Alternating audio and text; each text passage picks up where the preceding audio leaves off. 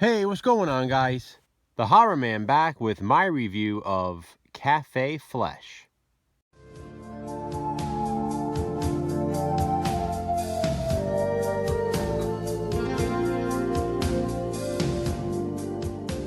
I featured Cafe Flesh in a Rare Movies Not on DVD or Blu-ray video a while back, and that's proven to be one of my most popular videos in that series. I'm not sure if that's because people are interested, curious, or just perverted. Either way, I decided to just go ahead and review it. Cafe Flesh is a 1982 sci-fi horror adult film. That's right, it's rated X. It was the first adult film in history to also find success as a midnight movie classic. Steven Sayadian directed the movie under the pseudonym Rinse Dream.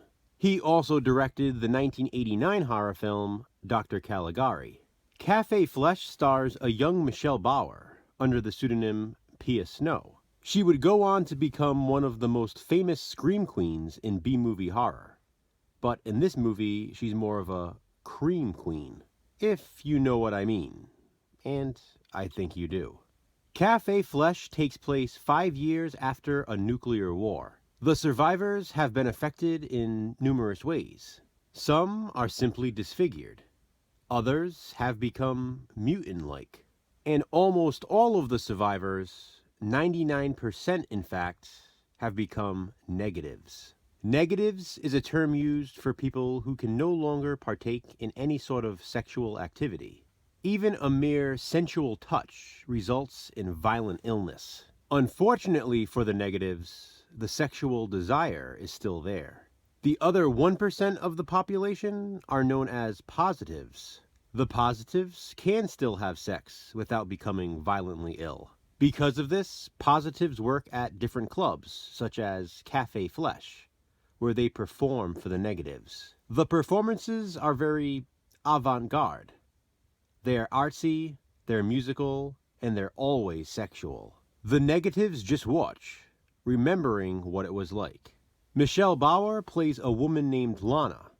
She and her boyfriend Nick are both negatives. They are obsessed with Cafe Flesh, as are the other negatives, and they go there every night.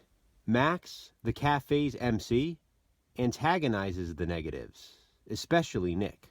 There are also people known as the Enforcers, who inspect clubs like Cafe Flesh. They are able to spot positives, hiding amongst negatives. One night, the Enforcers find a girl named Angel at Cafe Flesh, pretending to be a negative. When it is confirmed that she is in fact a positive, she is forced to perform. It is at this point in the film we find out that the positives do not voluntarily perform. They are forced to. It's post-apocalyptic law.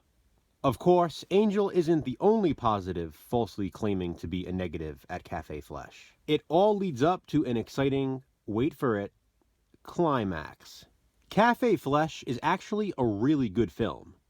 It might be an adult film, but it's definitely a hybrid of other genres as well. It's almost more sci-fi horror than it is adult film. As a matter of fact, some of the witchcraft films I've been watching have featured more nudity and sex than Cafe Flesh. Of course, in those films, it's softcore, whereas in Cafe Flesh, it's a lot more. But even without the hardcore sex scenes, Cafe Flesh would work. They could definitely be edited out, and the movie would still make sense, and it would be enjoyable. Maybe not as much for some of us. The atmosphere of Cafe Flesh is simply intoxicating. Almost the entirety of the film is set inside the club. The only other location briefly used is the home of Lana and Nick. There are literally no outdoor shots. Because of this, and because the movie is a post-apocalyptic film, everything is dark and smoky. This cover art is a perfect representation of what the film is like. Not just the atmosphere, but the film in general. Look at those creepy guys with the masks. There is some genuinely disturbing imagery, and I'm not even talking about the sexual stuff. There are certain scenes and even characters that will certainly creep people out. And speaking of the characters, they're very well fleshed out, if you will. And the concept of the film is ingenious and executed successfully. This movie is likely to stay with you long after watching it. By the way, if you're a fan of Michelle Bauer, look no further.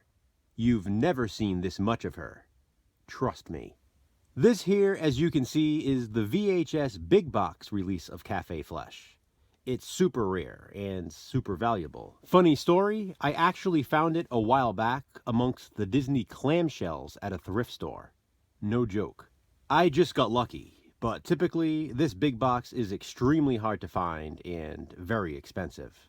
But if you are interested in watching the movie, I'm sure a quick NSFW internet search will do the trick. Or maybe you've already seen it. If so, comment below and let me know. Thanks for watching, guys. Hit that thumbs up and, be kind, subscribe.